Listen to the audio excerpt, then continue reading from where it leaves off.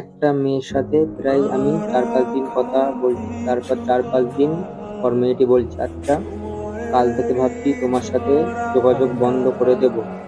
আমি বললাম, হ্যাঁ করতেই পারো, তোমার ভালো লাগলে কথা বলবে, না ভালো লাগলে বলবে না। পরে মেয়েটি বলছে, আচ্ছা ব্লক করে দিলে কেমন হয়?